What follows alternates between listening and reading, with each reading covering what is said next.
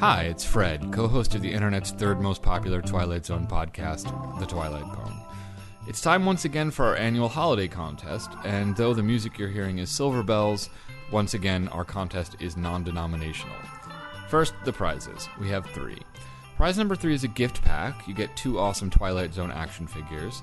The runner-up prize is a mini Twilight Zone library with 2 books, Mark Scott Zickery's Twilight Zone Companion and Martin Grams Jr.'s Magnum Opus Trivia book. And the grand prize is the complete Twilight Zone on DVD. So what do you have to do to enter? Well, you have to send us a holiday greeting. It can be for any holiday. It can be for Christmas, Hanukkah, Ramadan. It could be for Thanksgiving, St. Patrick's Day, Flag Day. It can be sort of a vague, non-religious, pan-cultural greeting in Esperanto. But whatever it is, it has to be done in the style of Rod Serling. And if you're listening to this podcast, I'll trust you know what that is. You can send us a written entry, but I give you fair warning, it is definitely more fun for us to hear your Serling impressions, so if you can possibly make a recording of yourself doing the greeting using your phone or your computer, that is preferred. Whatever you can manage, send it to our email at twilightpwn@gmail.com. That's twilightpwn@gmail.com, and send us the entry by December 24th. So once again, to wrap up quickly, send us a holiday greeting in the style of Rod Serling. Do it by December 24th via email, and you could enter to win a DVD, a set of books, or 2 awesome toys. Good luck, and now, the Twilight Pwn. Editor's note before we begin. 2 things. 1, we will not have an episode next week. We're going to take a little time off for the holidays since we're traveling. So we are extending the submission deadline until December 31st. So if you want to enter the contest, you have a little extra time. And 2, we had a little trouble recording this episode. Fred is traveling and wasn't able to be at his normal computer, so we tried to put it together as best as possible. Please forgive any glitches. Thanks. You said you'd give anything for a game with me. Anything? What are you talking about, mister? Just what kind of stakes are you talking about? Life or death. You beat me, and you live. You lose, and you die.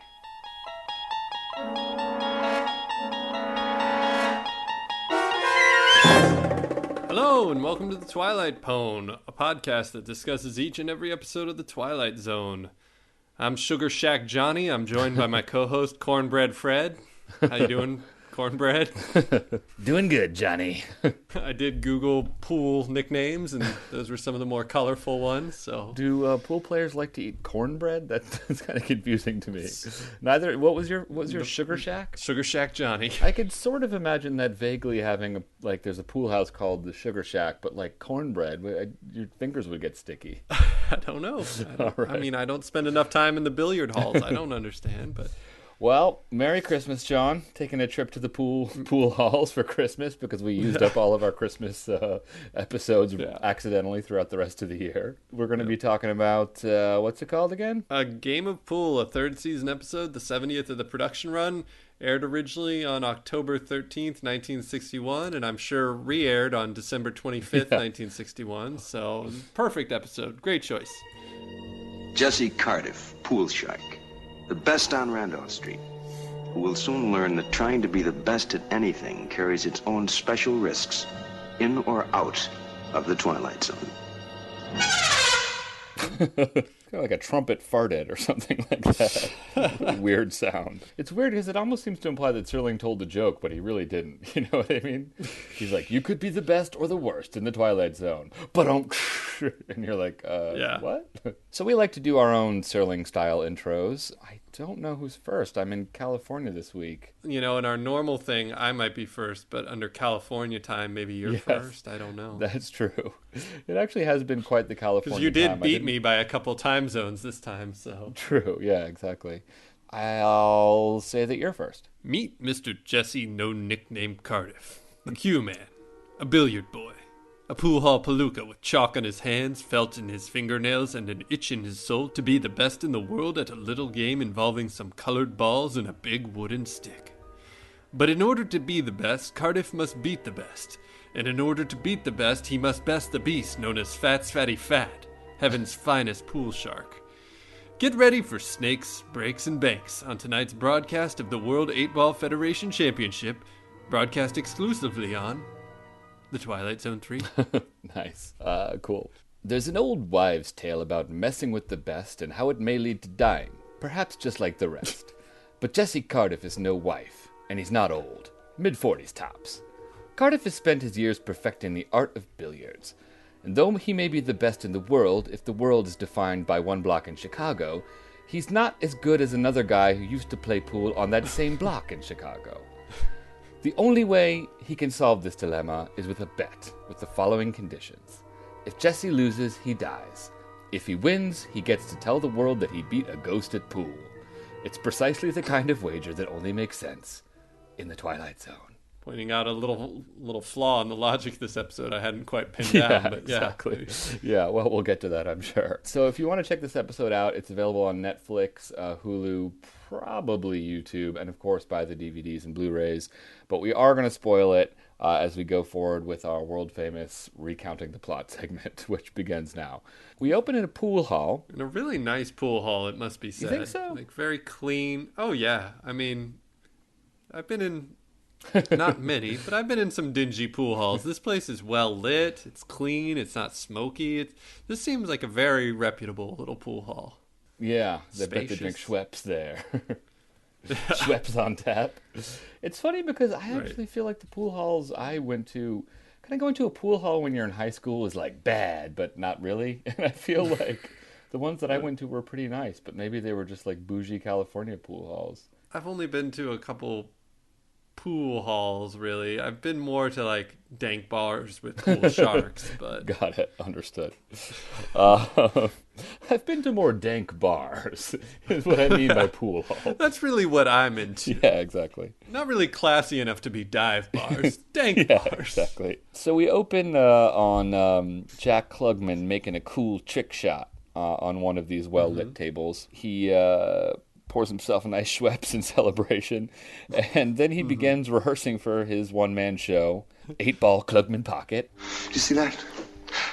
The right English, the right draw, perfect position, right? What do I get? Fats Brown, that's what I get. Fats Brown. Well, I'm sick of it. I'm sick of hearing his name. I'm the best pool cue on Randolph Street. Me, Jesse Cardiff, and you know that. All right, Fats was good. I mean, he was good, right? But he's dead. You hear me? He's dead. He's been dead for over 15 years. But every time I turn around, I hear his name. Oh, you're pretty good, Jesse. But Fats is better. Fats is the best. Fats.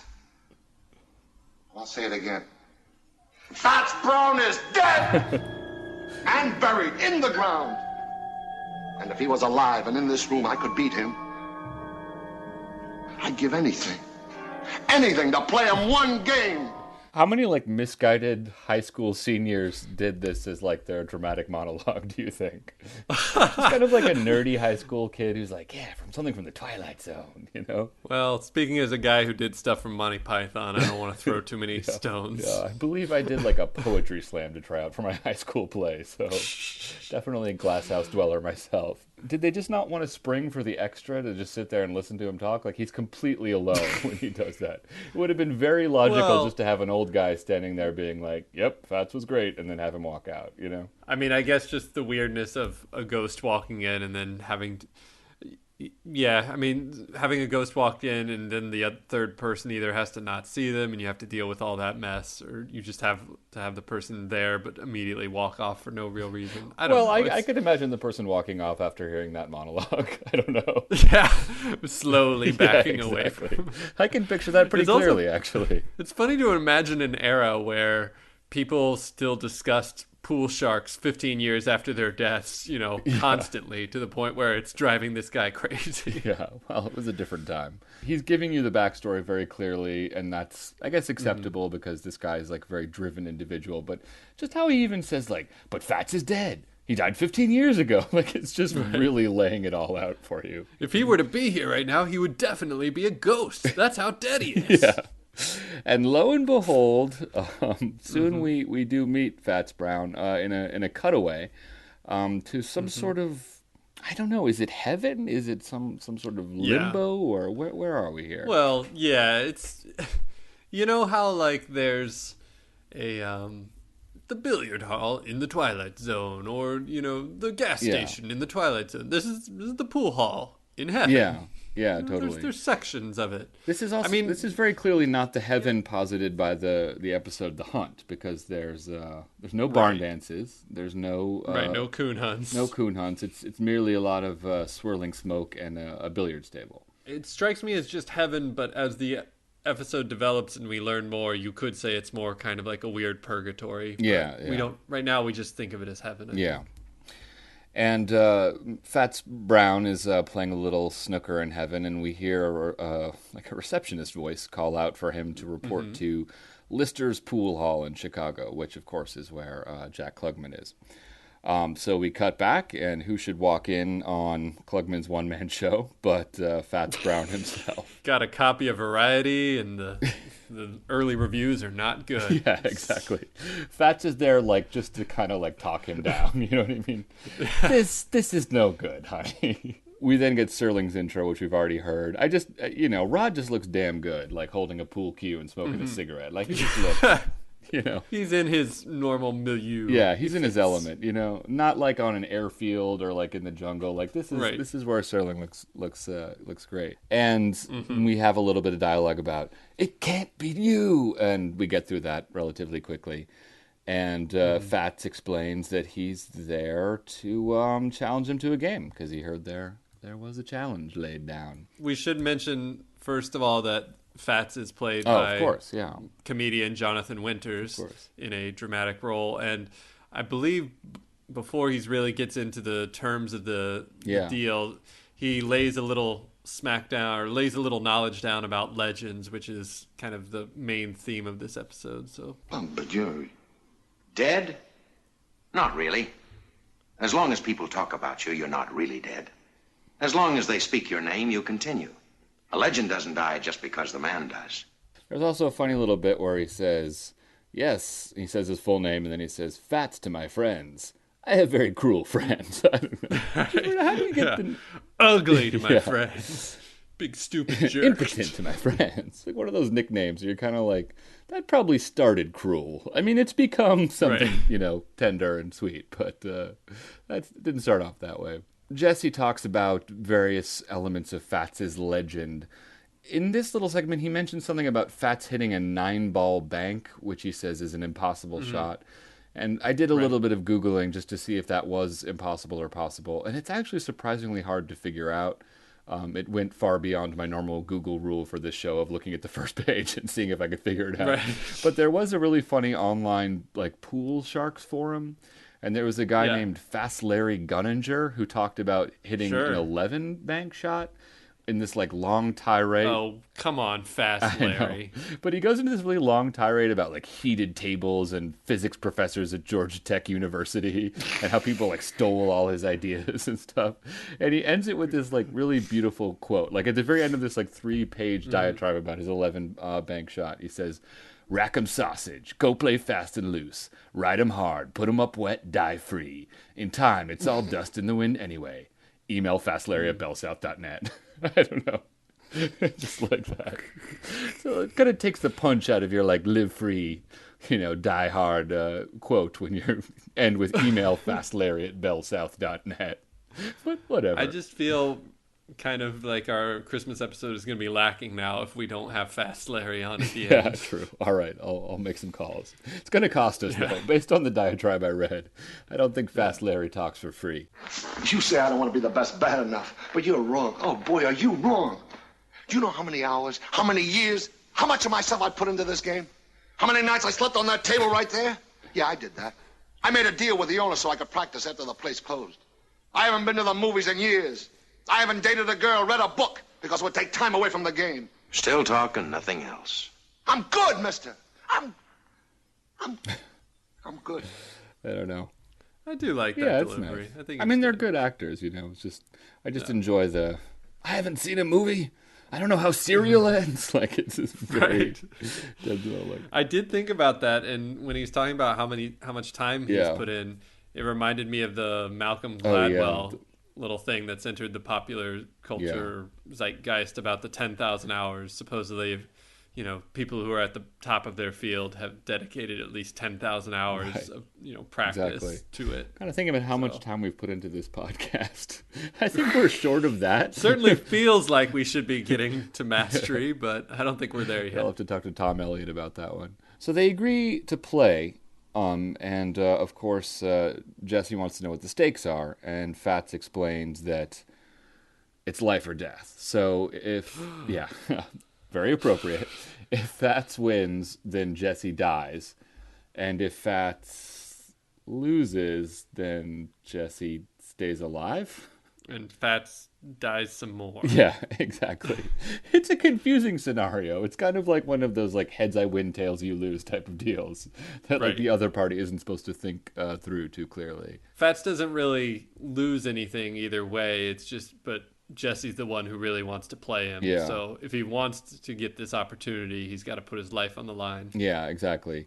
And I mean, I guess we don't have to be too petulant about it, but it is a little weird that it's like, you can be the best, but probably no one will believe you because you'd sound crazy if you tried to tell anyone. You know what I mean? I guess it's like the interior knowledge. I guess, but since he's playing pool with a ghost, I just assumed that somehow or another he would get to assume the mantle of the best, and people would just, suddenly think of him. Like maybe people would stop saying, yeah, like some Fats magical is better. They would just thing. Acknowledge that he is, in fact, the best they've ever seen. Yeah, true that. Jesse's kind of waffling on whether he wants to take the bet, and he's saying, you should talk to the people who live where I do, where all the other best people live. And he mentions this famous race car driver and this bullfighter.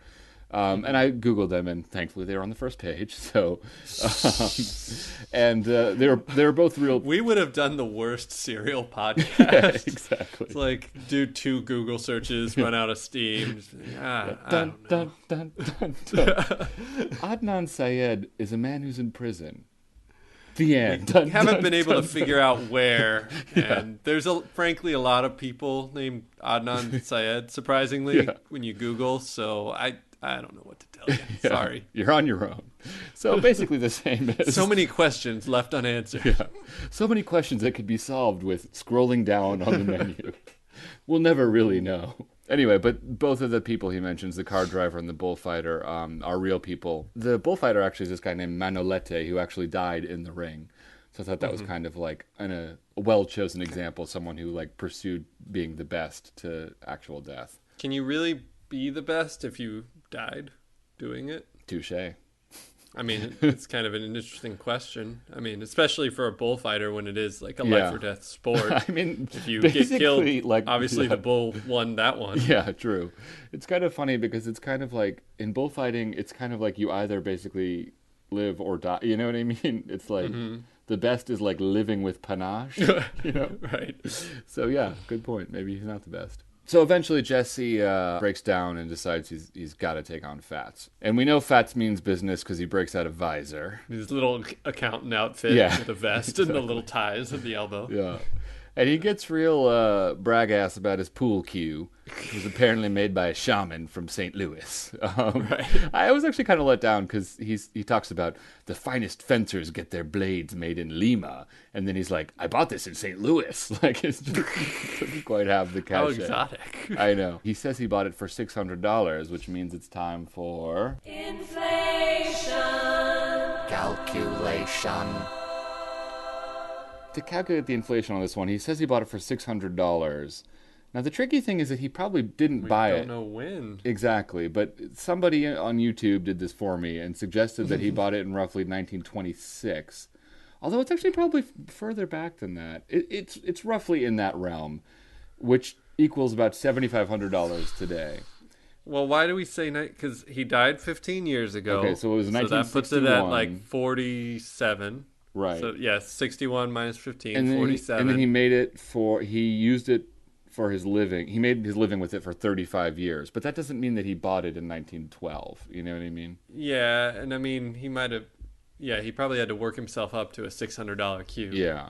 This person suggested 1926, I think working backwards from not when he died, but the date of the episode. So let's just say 1926, which is $7,500 today, which is actually... It's kind of interesting because you really can't find a pool cue that cost that much online. Like, I looked, and the most expensive one I could see of like normal pool cues was about $1,500. However, Wow. there is something called the Intimidator, which actually bills itself as the most expensive pool cue in the world. And it has like weird like blades coming off of it. Yeah, I'm just picturing the sword from, I think, like The Sword and the Sorcerer or whatever that, like 80s terrible movie is, with like the 3-bladed sword. Yeah, it's kind It's of just a pool cue with little cues sticking out from all angles. It's kind of like, it's like the thing that you buy in like, you know, like an in-flight catalog where they have like the Lord of the Rings swords. It kind of looks like that. It's funny too, if you look it up online, there's this whole like stat sheet about it. It's like, year created, 1992. Total man hours to complete, 1,862. And the price is $150,000. Oh boy. So listeners, it's Christmas time. This is going up on the... This is definitely going on the Tumblr. Yeah. Like, what would you do if someone pulled this out? Yeah. You're trying to play a game. I mean... Yeah, I don't know how I'd react. I certainly wouldn't think like, oh man, they're a good pool player. Yeah. I mean, you'd pretty much cut your hand off if you actually tried to play with it. So, I don't know. I basically think it's for like an asshole to keep in their pool room, essentially. The list price is $150,000. Yeah. Wow. Yeah, seriously. Did you look at it online or? Yeah, I just had a look. Isn't it amazing? It is intimidating. Yeah, it is the Intimidator. That part's accurate. It's kind of funny because I was doing a search for like, what's the most expensive pool cue in the world? And the title of that page is the most expensive pool cue in the world. Very easy. Very, very good for someone who doesn't want to do any research. What is the value of a Klugman soul one soul in 1961 souls is how much today? Well, it's usually the multiplier is about 6, so that's 6 Klugmans, and Klugmans, wow, that's a high value soul, you know. definitely. You go to like nostalgia conventions, and Klugman soul goes for quite a bit. There's a really dramatic coin toss about who's going to go first. We find out that Fats is going to go first, and he lines up for the break. I just thought it would be really awesome with all this build-up and all this pool dialogue if he just, like, really sucked somehow, you know? Like, he was about to hit the break and he just, like, missed the ball and he's like, oh, God, I'm really out of practice, sorry. Like, or if he, like, really sucked, like, he's just like, oh, yeah, I forgot, I don't have to start the hustle. I can just be good at the beginning. Yeah, oops. Exactly. But he does this, like, wacky trick break where it seems stupid to me. Like, it's like he just hit the ball very gently. Right. It only slightly knocked the balls apart, so then it puts it on the other guy's onus. And then some people might call this defensive pool. Other people might call it pool.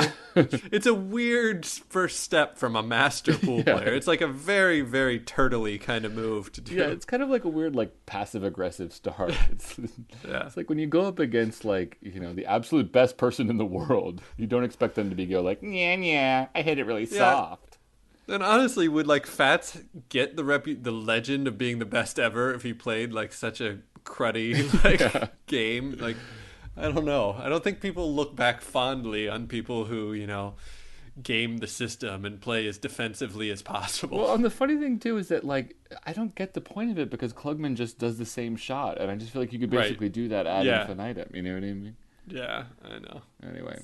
I mean, you know, the theory, I guess, is just not giving your opponent any shot. Yeah. But how amazing would it be to like roll up with the Intimidator in a pool hall and just hit it really softly? One thought might be, if you're at a pool hall, I think sometimes there is a little intimidation game with a guy who just like, you know, hits it as hard as hell and just really makes it all go flying. So maybe this was supposed to be a little bit of a, oh, the best is going a different angle. He's like barely hitting it. That's interesting. Yeah.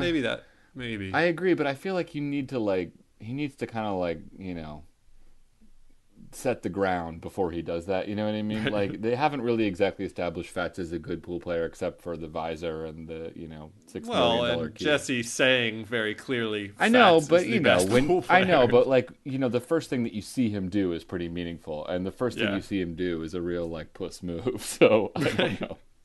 Anyway, moving on.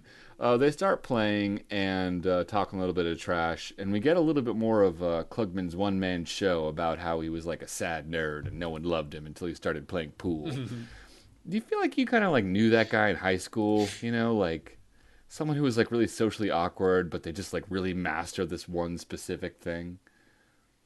Or was that you? Yeah, no, I knew that nerd. Yeah. I beat him up. I'd say, "Why are you so fat? Why are you so fat?" Yeah.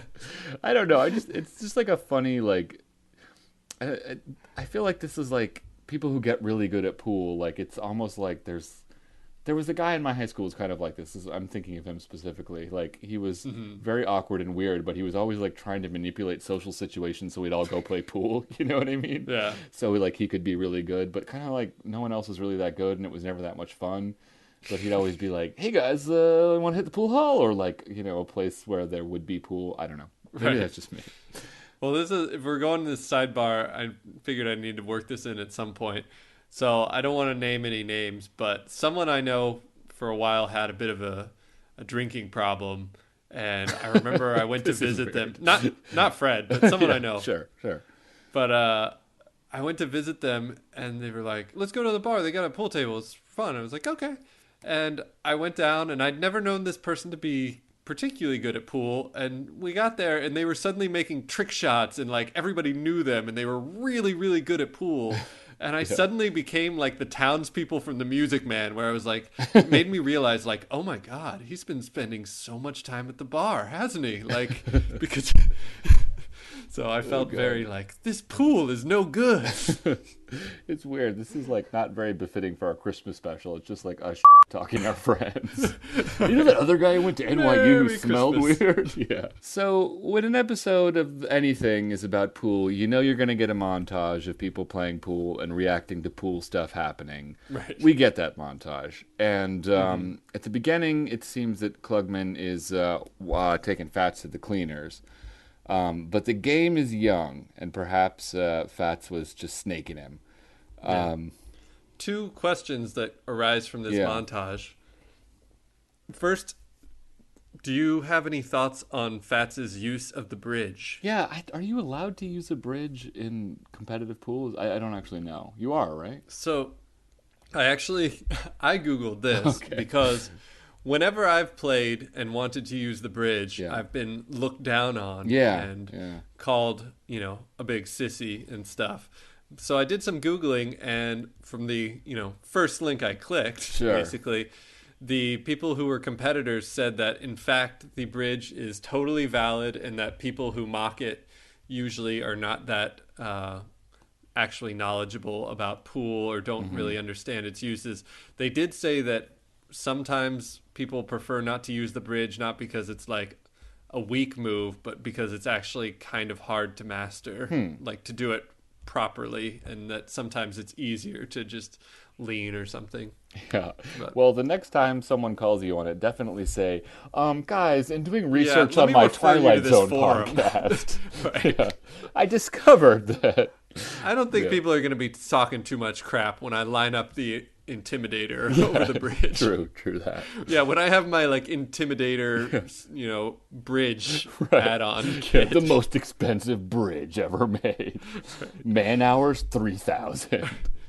Then the second question is, do you have any concept of the scoring that is going on with them sliding the little things on the string? I really don't get it. They're playing a game where you have to call every shot, and I think it's called 14-1 is what they say.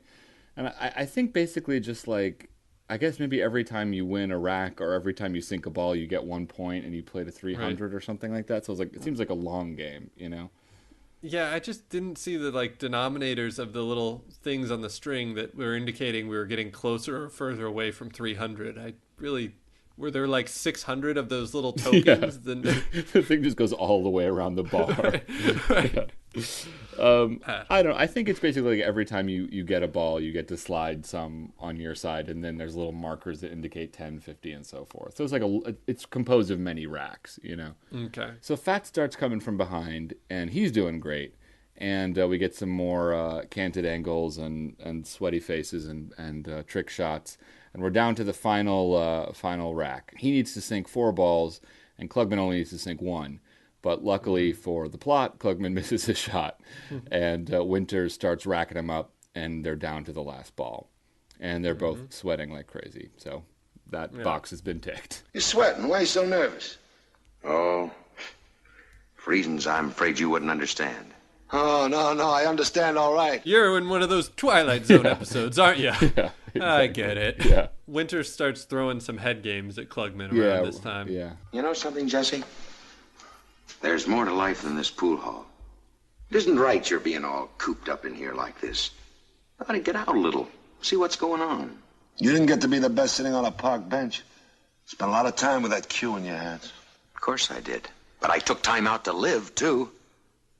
I've been places where they never heard of billiards. 15 ball in a corner park. I may not look the part, Jesse, but I've made love, walked uphill, swam in the ocean. When I think of the wonderful things there are to see and to do, it hurts me. Yeah. To see you rotting your life away in this miserable, dark hall. You're lying. You're trying to distract me. That's a lousy thing to do. I assume he was being poetic when he said made love, walked uphill, and swam in the ocean. Because if he wasn't being poetic, then he's kind of sounding pretty sad too right then. Like, that's as best as he can really point to. Like, I really lived. One time I had to walk uphill. Yeah. Whew. Yeah. Times. It's also funny how he's like, I may not look the part, but I've swam in the ocean. Like, I don't know.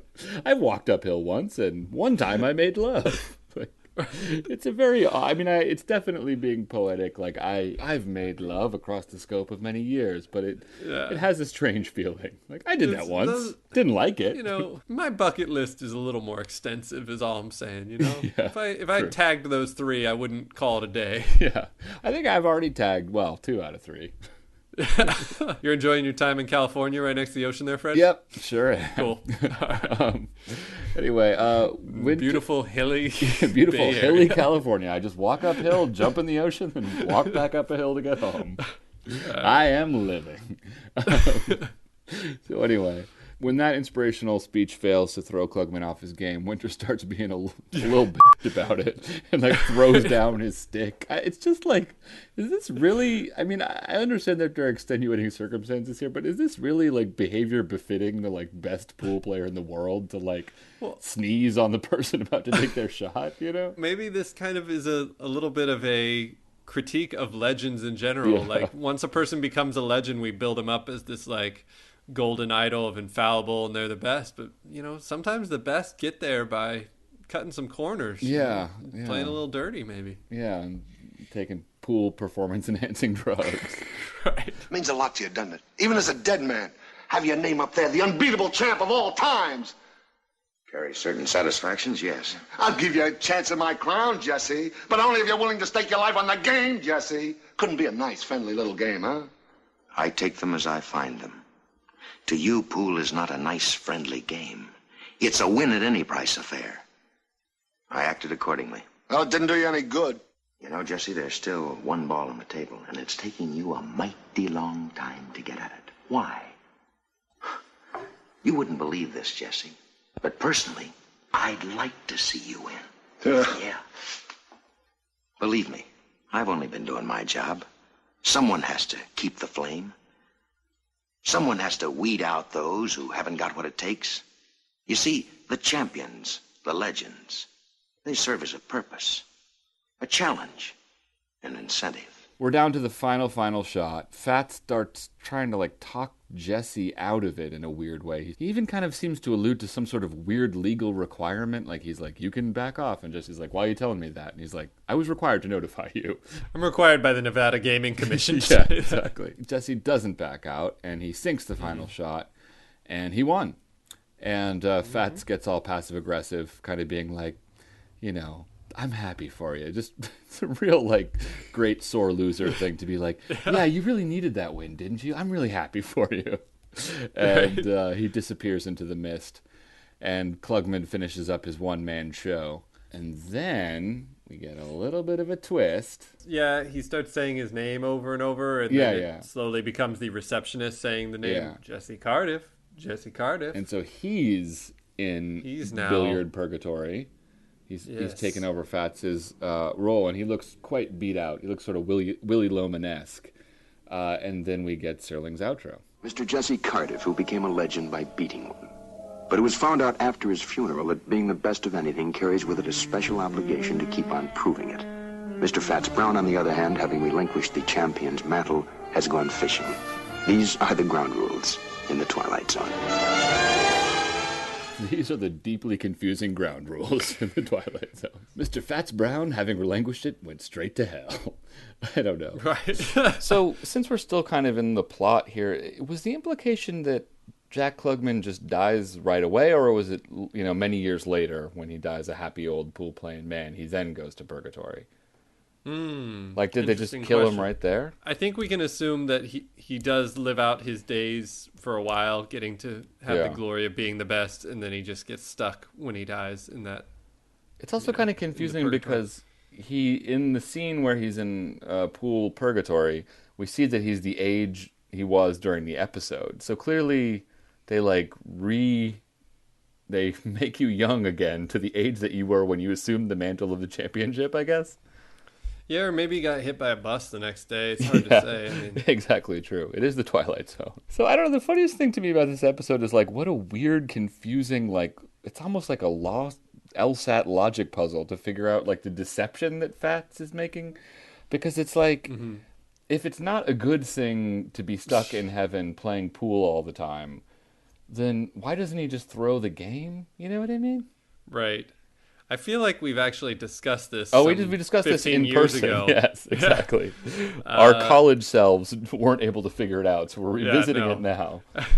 Yes, the years have not given me any greater insight, but we can roll it back. Yeah, and exactly. Do this again. I think it's possible there might be some mechanic in play where he, being the best, is compelled to always play his best effort, so he can't just weasel out of it. If we want to just jump right in, because I think it'll help this discussion a bit and lead to some other stuff, there were multiple endings to this episode. Yeah. And there was a different ending that was scripted. I don't know if it was filmed or not, but... It was not, no. Okay. In the original written script, Jesse, in fact, loses the game, expects to die, and instead Fats, immediately, since it was life or death, and Fats explains that he will die, quote, as all second raters die. You'll be buried and forgotten without me touching you. If you'd beaten me, you'd have lived forever.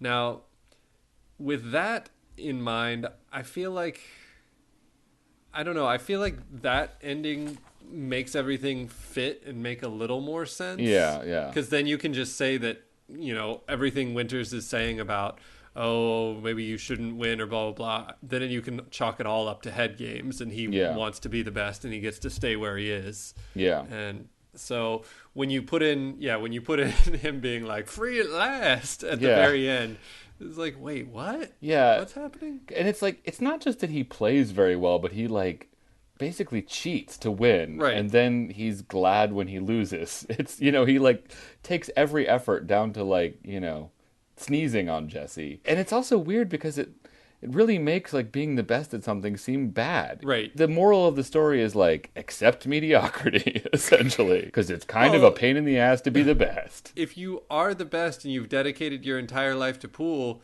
you would probably enjoy getting to go and show up people left and right. Yeah. And Frank, I guess the only part that would be annoying and tedious about it is if you actually had to go to every person who was like, I'm better than you. If you're Michael Jordan and you get up to this, basketball purgatory thing, and every time a 10-year-old who can barely cross over is like, I'm better than Jordan, and he has to go down and beat the kid's brains in, that would get boring. But assuming you have some sort of admin secretary who can screen out the total crap and only give you the close that was who the cases. receptionist was. Yeah, exactly. So Klugman was actually close, and so he'll go down and deal with that. Yeah, it seems pretty good. I mean, it seems like a good life for someone who's obsessed with pool so much. The idea of it's all those paintings you can buy at street markets of Jerry Garcia playing Guitar in Heaven with Jimi Hendrix and Kurt Cobain or whatever. It seems they seem to be enjoying themselves. So it's odd that he'd be I've dedicated my life to pool. Finally, I get to go fishing. I don't know. Some stuff you were talking about there made me think of the episode Denton on Doomsday. You remember how there was that gunfighter who got so good that everyone came and challenged him, and it became like a drag because he had to like, duel with a 10-year-old kid. But that episode kind of made more sense because being the best was a drag in a very meaningful way because he really did almost, die and had to actually kill people.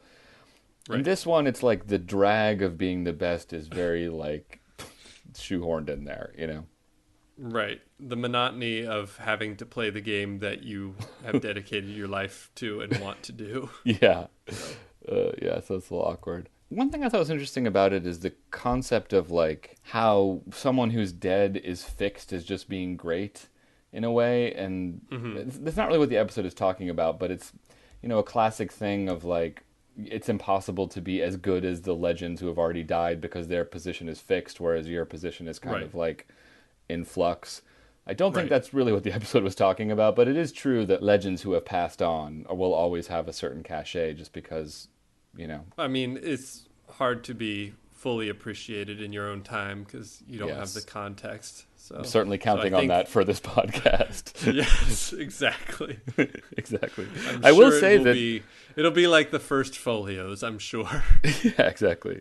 This episode definitely makes me feel a lot better about being the third most popular Twilight Zone podcast. Klugman is kind of tortured about being the best, but he really defines it only by what other people say.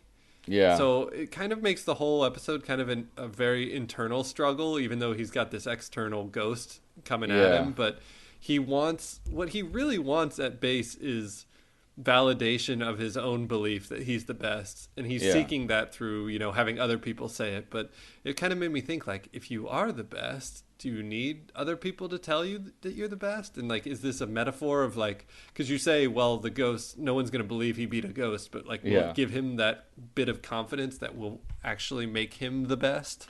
I don't know. I mean, normally there's just like tournaments and competitions. You know what I mean? What we doing next? Bios and trivia. Bios and trivia. Bios and trivia. Yeah. Mark Scott, Siegfried, Mark Grams Jr., Siegfried and Grams, and IMDb. I covered most of my trivia. The only other thing, this episode was remade in the 80s version of the Twilight Zone. Apparently that episode actually used the alternate version, so the alternate ending, so it'd be kind of interesting to see that. I did get a chance to watch it, actually. The guy who plays Jack Klugman's character is like he does it almost like Shatner-esque. He's kind of like, I could have been the best, but I am not. Like, he's very like, into the role.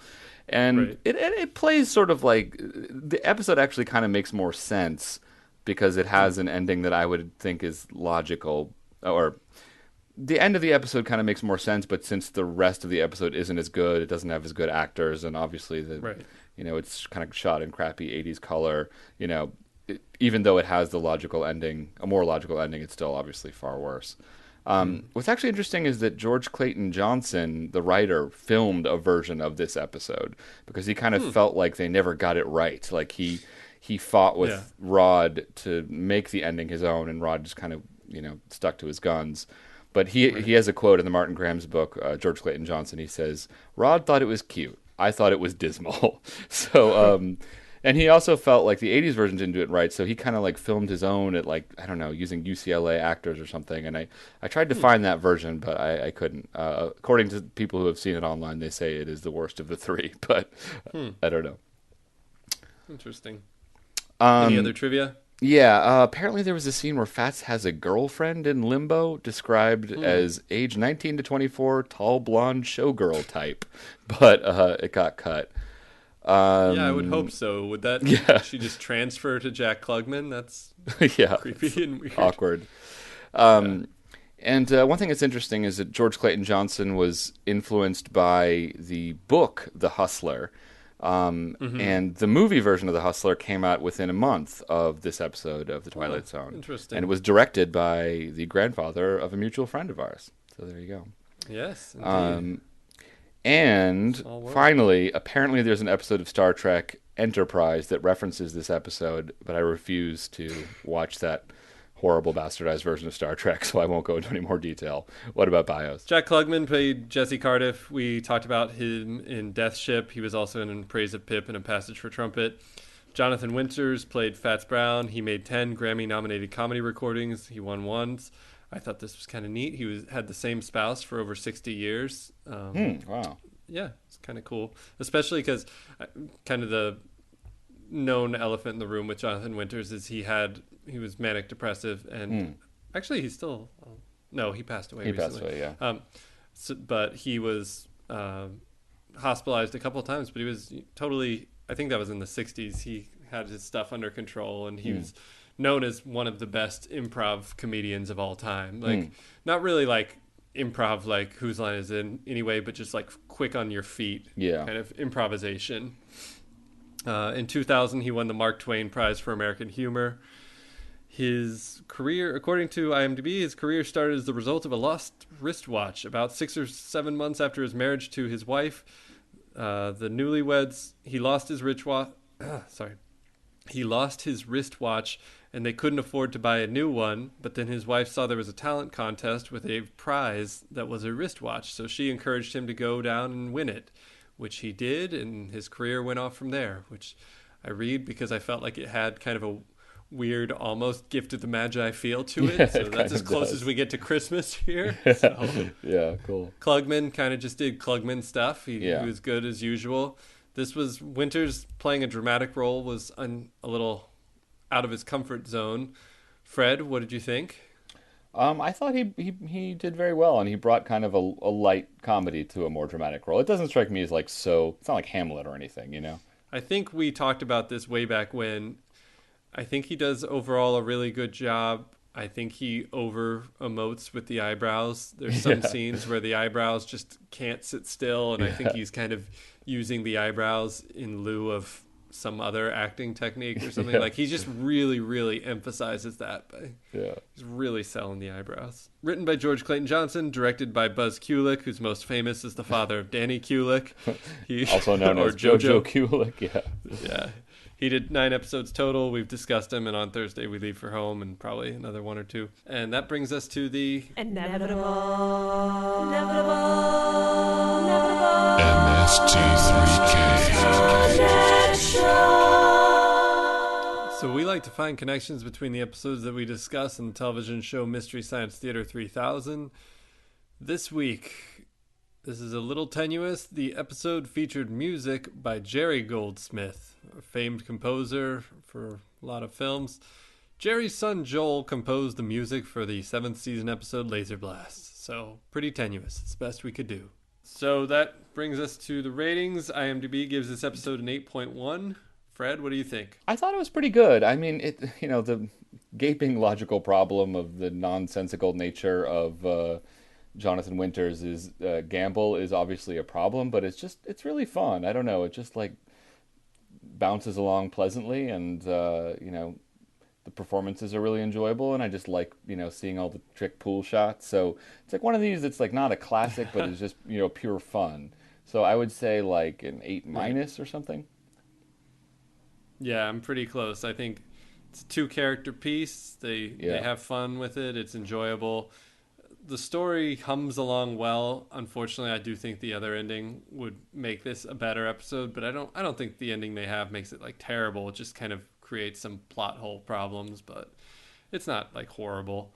I think it's about a 7+. Like I really like it. I don't think it's a classic. I don't know if you put in the other ending, I don't think that would make it a classic, but it's good. Cool. So that wraps it up for a game of pool. That was a request by Slow Fade on Tumblr.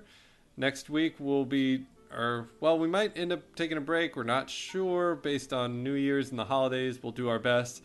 Our next episode we'll be discussing He's Alive, which was a 4th season episode. It's time to deal with those pesky 4th season hour-long episodes. So thank you very much, Mark, via email. Cool. So Fred, do you have anything to close us on out? I was just going to say, how good are you at pool? Oh, I'm very, very poor at pool. Okay, good to know. My uncle had a pool table, when sometimes we'd go over and my cousins we'd all play. I was always really bad. Cool, good to know. I think I'm like on the level of being better than most people who play pool, which is, like once a year type of pool playing. But like anyone who's actually any good is far better than me. Got it. Merry Christmas, friends. Merry Christmas. All right, take care. All right.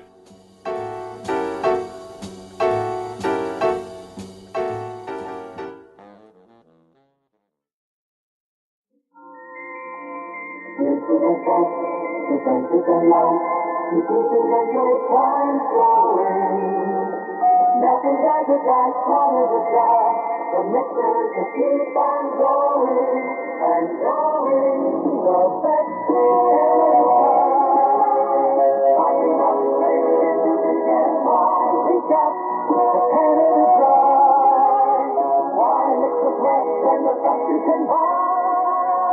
Canada Dry, our Canada Dry. Canada Dry, our Canada Dry.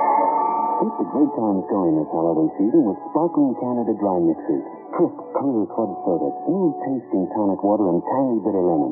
3 sparkling tastes that bubble on and on and on. Canada Dry mixers. They're a holiday tradition. Canada Dry. Why compromise?